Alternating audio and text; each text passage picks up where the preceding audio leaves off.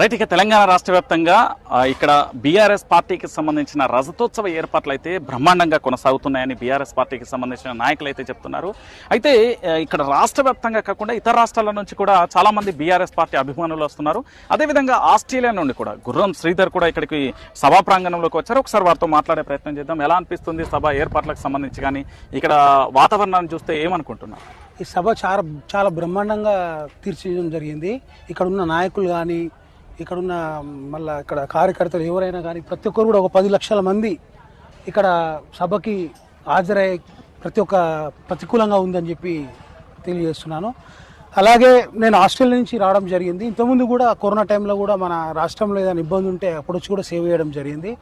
కాకపోతే కాంగ్రెస్ గవర్నమెంట్ వచ్చినప్పటి నుంచి వాళ్ళు ఎన్ని పథకాలు పెట్టిండ్రో ఒక్కడు కూడా అమలు చేయలేదు. రేవంత్ రెడ్డి గారు రావడమే హైడ్రా అని తీసుకొచ్చిండు. ఏదైనా ఎవరైనా కొత్త ముఖ్యమంత్రి అయితే ప్రజలకి ఏదో ఉపయోగపడేటివి చేయాలి తప్ప ప్రజలు ఆల్రెడీ ఇల్లులు కొనుక్కొని కట్టుకునేదాన్ని దాన్ని డ్యామేజ్ చేయడం జరిగింది. దాని ద్వారా రియల్ ఎస్టేట్ ఎలా మొత్తం కుప్పగూలిపోయిందో మీ అందరికి తెలిసిందే.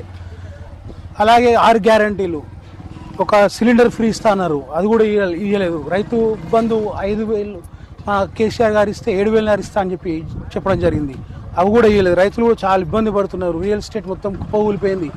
ఏమనంటే మనకి నన్ను ఎవరు స్వయాన ముఖ్యమంత్రి గారు ఏమంటున్నారంటే నన్ను ఎవరు నమ్ముతలేరు, నేను ఎక్కడ పోయి అప్పడినా కానీ ఇస్తలేరు అని చెప్పడం జరుగుతుంది.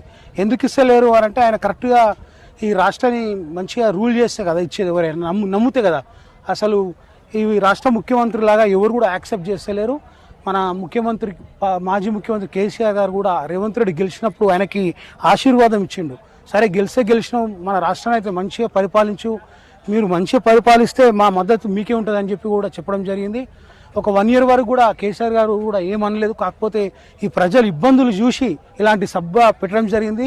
ఈ సభ ముఖ్య ఉద్దేశం ఏదో రాజకీయ లబ్ధి కోసం కాదు, ప్రజలు ఆవేదన చెందుతున్నారని ఎక్కడ పోయినా కానీ ప్రజలు ఏడుస్తున్నారని ముఖ్యమంత్రి గారి ఇంటి దగ్గరకు వచ్చి కూడా చాలామంది మొరబెట్టుకుంటున్నారు. కాబట్టి వాళ్ళ బాధకి ఈ సభ పెట్టడం జరిగింది. వాళ్ళకి నేను ఉన్నాను అని ఒక భరోసా కోసమే ఈ సభ పెట్టడం జరిగింది.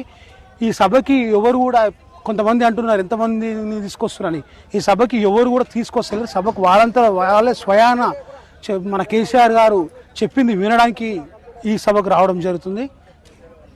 థ్యాంక్ యూ అండి. చూసారు కదా, గుర్రం శ్రీధర్కి సంబంధించి కానీ వారి యొక్క వాదన కూడా ఒకటే. పూర్తి స్థాయిలో ఖండాంతరాలు దాటి కూడా తెలంగాణ వాదం ఎంత బలంగా ఉంది అని చెప్పడానికి ఒక ఉదాహరణ. సో సభకు సంబంధించి పూర్తి స్థాయిలో కూడా ప్రజలందరూ కూడా రేపు ఏ స్థాయిలో వస్తారో మనం కూడా వేచి